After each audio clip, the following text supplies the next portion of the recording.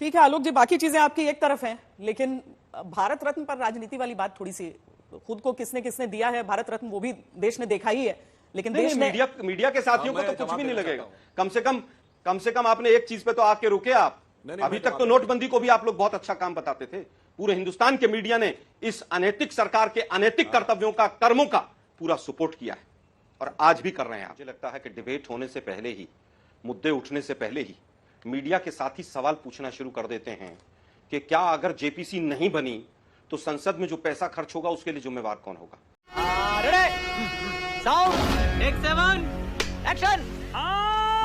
आलोक जी, आप लोग कह रहे हैं कि वहां गठबंधन में सब ठीक नहीं है, सुधांशु जी कह रहे हैं कि प्रतिस्पर्धा आपके आपस के दलों में भी है, और ये समझाइए कि ये एनडीए का प्रेरोगेटिव नहीं है कि वो तय करे कि टीडीपी को, जेडीयू को या बीजेपी का ही कोई व्यक्ति हो जिसे स्पीकर के इस पद के लिए वो उतारना चाहे मैदान में।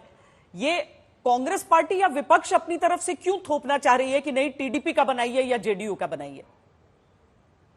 क्या क्या कहना क्या चाह रहे हैं भाई आप? नहीं, हमने तो नहीं कहा बीजेपी से, किसी भी विपक्षी दल ने ये नहीं कहा कि बीजेपी टीडीपी के किसी व्यक्ति को स्पीकर बनाए। मैंने तो ऐसी कोई बाइट नहीं सुनी। अभी संजय राउत जी की बाइट में सुन रहा था आज तक, पर उन्होंने भी दो शब्द इस्तेमाल किए और उन्होंने कहा कि टीडीपी अगर अपना स्पीकर लेकर आती है तो हम आपस में बातचीत करेंगे, इंडिया गठबंधन के लोग, और कोशिश करेंगे। बातचीत और कोशिश, दो शब्द इस्तेमाल किए। तो हम तो थोप ही नहीं रहे। देखिए, उनकी सरकार है, उन्होंने सरकार बनाई है, वो सरकार चलाएं अच्छे से। एक अलग बात है कि हथियाई हुई सरकार है ये, तमाम जांच एजेंसियों की और इलेक्शन कमीशन की और तमाम, आज आप देख ही रहे हैं अखबारों में और तमाम चीजें क्या खबर चल रही हैं। तो हथियाई हुई अल्पमत की सरकार है, लेकिन उनकी सरकार है और स्पीकर पद उन्हीं को है, उनको बनाना है स्पीकर। अगर स्पीकर भी नहीं बना पाए तो सरकार ही गिर जाएगी। अब दूसरे विषय पर आते हैं। अभी सुधांशु भाई मेरे बहुत अच्छे मित्र भी हैं, इन्होंने मर्यादा की बात की, इन्होंने परंपरा की बात की। तो डिप्टी स्पीकर की परंपरा की हम बात कर लेते हैं। Deputy speaker maximum time opposition parties को दिया गया, ये परंपरा रही है। अब आगे वो परंपरा रहेगी कि नहीं रहेगी वो तो अब समय बताएगा। डिप्टी स्पीकर पिछले सत्र में रहा ही नहीं, ये शायद पहली बार था। पहली बार हुआ है कि 150 सांसदों को सस्पेंड करके आईपीसी के ऐसे कानून पास करा लिए गए। पहली बार हुआ है कि सेलेक्ट कमिटीज को मैटर सबसे कम गए। पहली बार हुआ है कि जेपीसी के माध्यम से कोई किसी तरह की कोई बात ही नहीं करता है। पहली बार हुआ है कि आप देखिए 3 कृषि के काले कानून हो, नोटबंदी हो, बड़े बड़े फैसले बिना किसी से सलाह किए संसद में पास किए करा लिए गए हों। खैर, वो गुजरात मॉडल है और वो पूरा देश देख रहा है। अब बात आप दिखाएंगे, आप ये करेंगे, आप वो करेंगे, ये करेंगे, वो करेंगे। है कि वाजपेयी जी का समय रहा हो, कौन सी परंपराएं रही हैं डिप्टी स्पीकर पर, और हमारे समय में कौन सी परंपराएं रही हैं। मैक्सिमम टाइम में देख रहा था कि अपोजिशन के लोगों को डिप्टी स्पीकर का पद मिला, और ये 1960 के दशक से मैंने देखा तो कहीं ना कहीं ऐसा रहा। तो क्या परंपराएं और मर्यादाएं आगे चलेंगी? क्या परंपरा में और मर्यादा में यह भी है कि एक अकेला सब पर भारी? किसी देश के प्रधानमंत्री ने छाती पीट कर कहा हो कि एक अकेला सब पर भारी और संसद मेरे ठेंगे पर। संसद में क्या क्या हुआ, आपने संविधान बदलने की और तमाम चीजें सामने आई और उसके बाद आपने संविधान को माथे पर लगाया, क्योंकि जनता ने जनादेश ऐसा दिया कि आपको समझ आ गई कि संविधान ही सर्वोपरि है। तो परंपरा और मर्यादा की बात संसद के मामले में कम से कम बीजेपी सरकार ना करे।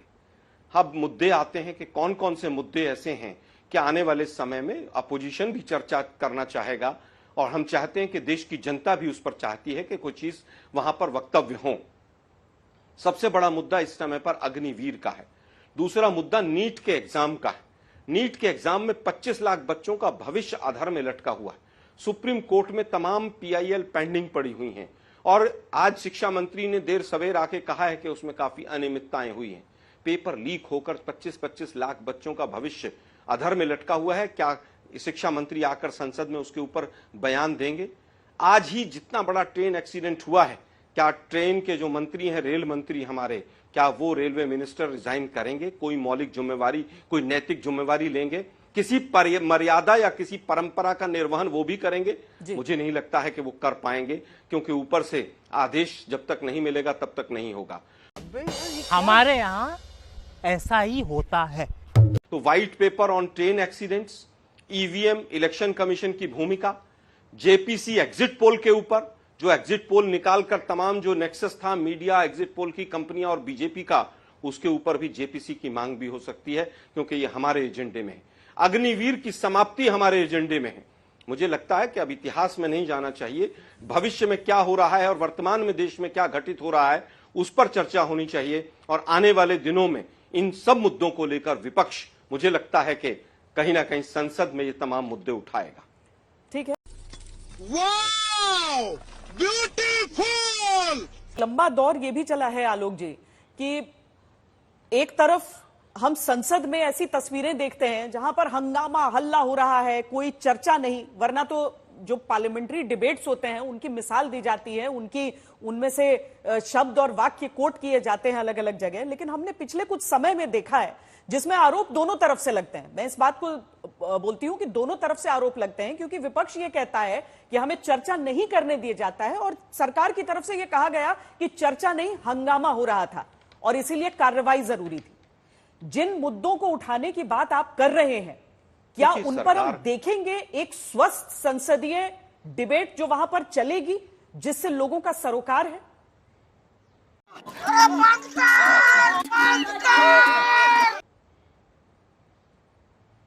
देखिए, मुझे लगता है कि डिबेट होने से पहले ही, मुद्दे उठने से पहले ही मीडिया के साथ ही सवाल पूछना शुरू कर देते हैं कि क्या अगर जेपीसी नहीं बनी तो संसद में जो पैसा खर्च होगा उसके लिए जिम्मेवार कौन होगा।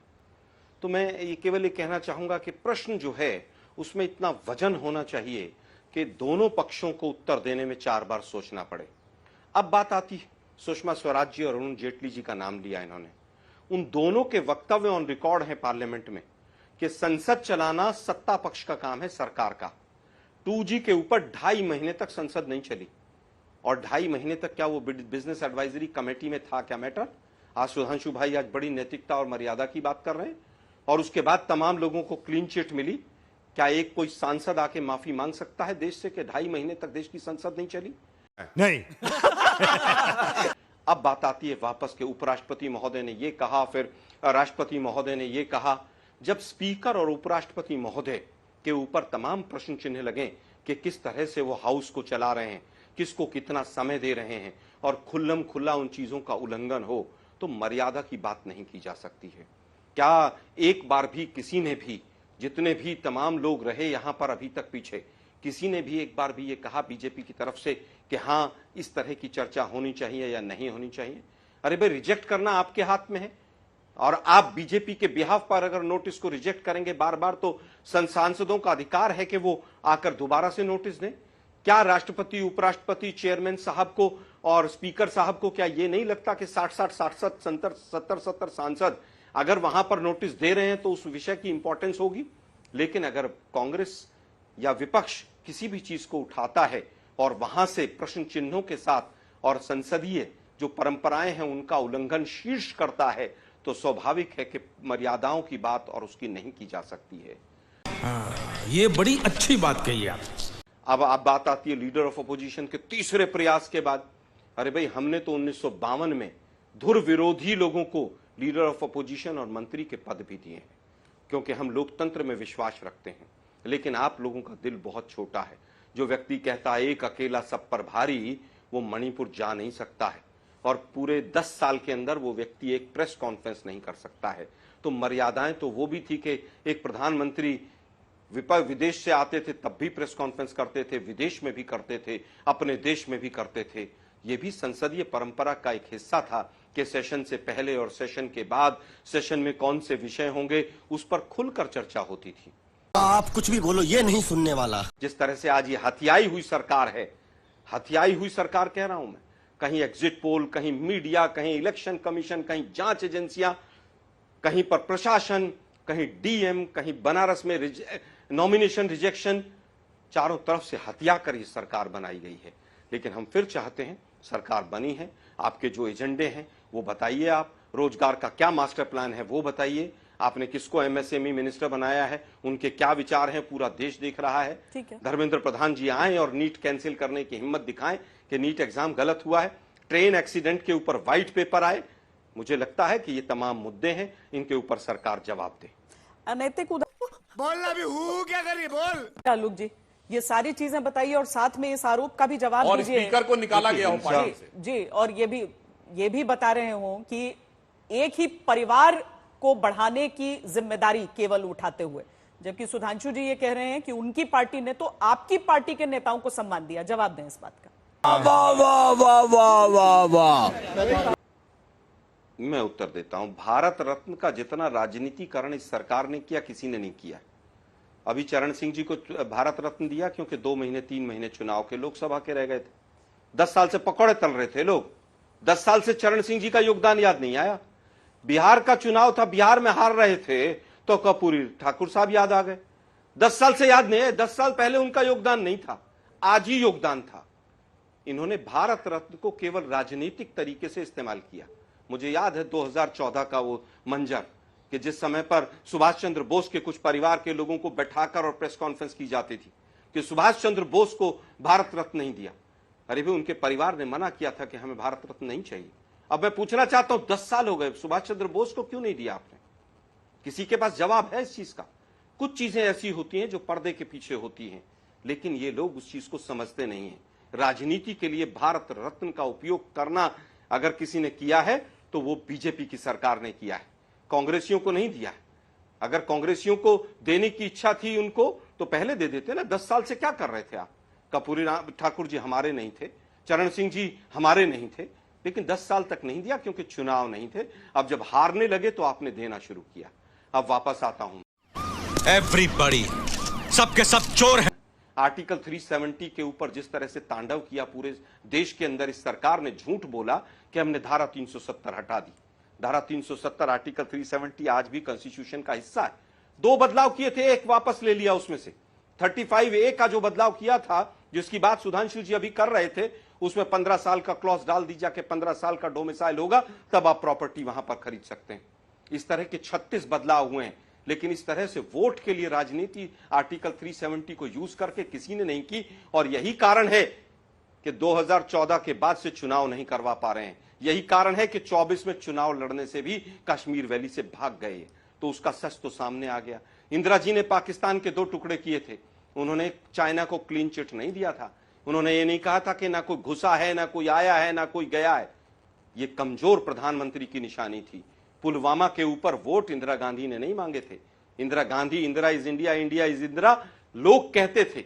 आज देश के प्रधानमंत्री को कमजोर प्रधानमंत्री, अहंकारी प्रधानमंत्री और झूठा प्रधानमंत्री कहा जाता है। हमें भी दुख होता है। पुलवामा के ऊपर वोट मांगे और पुलवामा के शहीदों को आज तक शहीद का दर्जा नहीं मिला। ये लोग भी बात करेंगे जम्मू कश्मीर की शहादत की। ये तो लेटेस्ट न्यूज है। कहूंगा किसने क्या क्या कहा उस बात को छोड़ दीजिए। देश के प्रधानमंत्री ने जिस तरह की अभद्र भाषा का उपयोग किया है पूरे चुनाव में, मुजरे तक पहुंच गए। मुसलमानों को प्रॉपर्टी दे देंगे, भैंस खोल के दे देंगे और मंगलसूत्र दे देंगे। मुझे लगता है कि ऐसी मर्यादा और ऐसे एग्जाम्पल ना कभी इतिहास में रहे, ना कभी भविष्य में रहे। मुझे लगता है कि जिस तरह से आज भी देश के प्रधानमंत्री को सहृदय के साथ जो मुद्दे हैं, मूल मुद्दे, खासतौर पर युवाओं के मुद्दे, उनका कद बढ़ेगा अगर वो आए और कहें कि अग्निवीर कल से समाप्त।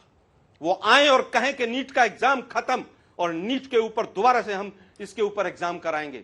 लेकिन दिक्कत यह है कि आरएसएस के तमाम लोग इस नीट के एग्जाम से जुड़े हुए हैं, वो हिम्मत नहीं कर पाएंगे। अब तो वैसे आरएसएस भी इनके खिलाफ मुखर होकर बोल रही है। देखिए कौन है एनटीए का चेयरमैन, कौन है सीबीएसई की चेयरमैन, कौन रही एक लेडी, कोई आईएएस कैडर, गुजरात कैडर की तो नहीं रही थी, पहले सीबीएसई एग्जाम लेता था ये। क्या तमाम जांच एजेंसियां जांच करेंगी? क्या ईडी एक बार भी नीट एग्जाम के लिए कहीं पर जाकर कहीं एक जगह छापेमारी करेगी? 40-50 लोग तो सुना बिहार में अरेस्ट हुए पड़े हैं। वो कह रहे हैं 30-30, 32-32 लाख रुपए में हमने पेपर खरीदा है। यूपीएससी का चेयरमैन कौन बना है? एसएससी का चेयरमैन कौन बना है? क्या उसके तार भारतीय जनता पार्टी, आरएसएस या गुजरात से तो नहीं जुड़े हुए? पिछले 10 साल का पूरा खाका आप निकाल कर देख लीजिए। देश के प्रधानमंत्री हैं आप, हिम्मत कीजिए। आप तो कहते हैं मैं 56 इंच का हूं, वैसे है नहीं आप, सीना आपका। आप आइए और कहिए नीट का एग्जाम कैंसिल और अग्निवीर योजना समाप्त। मैं कहूंगा कि युवा आपकी जय जयकार करेगा, लेकिन आप कर नहीं पाएंगे क्योंकि आप केवल तुलना कर सकते हैं कपड़ों में पंडित नेहरू से और इंदिरा गांधी से। आपके जितने भी क्रियाकलाप हैं वो हिंदू मुस्लिम वाले हैं। सुधांशु भाई भी आखिर में हिंदू मुसलमान ले ही आए इस डिबेट के अंदर। मैं फिर कहूंगा कि देश के प्रधानमंत्री अगर ये कहते हो कि मैं दंगाइयों को कपड़े से पहचान लेता हूं, और जो देश का प्रधानमंत्री ये कहता हो कि अडानी और अंबानी टेम्पू भर भर के नोट कांग्रेस को या अपोजिशन पार्टीज को दे रहे हैं, उस व्यक्ति को नैतिक अधिकार नहीं है उस पद पर बैठे रहने का। ऐसे ही चलता रहा तो इस देश को विश्व गुरु से गुरु घंटाल बनने में ज्यादा टाइम नहीं लगेगा। ठीक है आलोक जी, बाकी चीजें आपकी एक तरफ हैं, लेकिन भारत रत्न पर राजनीति वाली बात थोड़ी सी, खुद को किसने किसने दिया है भारत रत्न वो भी देश ने देखा ही है, लेकिन देश ने मीडिया के साथियों को तो कुछ भी नहीं लगेगा। कम से कम आपने एक चीज पे तो आके रुके आप। अभी तक तो नोटबंदी को भी आप लोग बहुत अच्छा काम बताते थे। पूरे हिंदुस्तान के मीडिया ने इस अनैतिक सरकार के अनैतिक कर्तव्यों का, कर्मों का पूरा सपोर्ट किया है और आज भी कर रहे हैं आप। तुम चुल्लू भर पानी में जाके डूब के मर जाओ।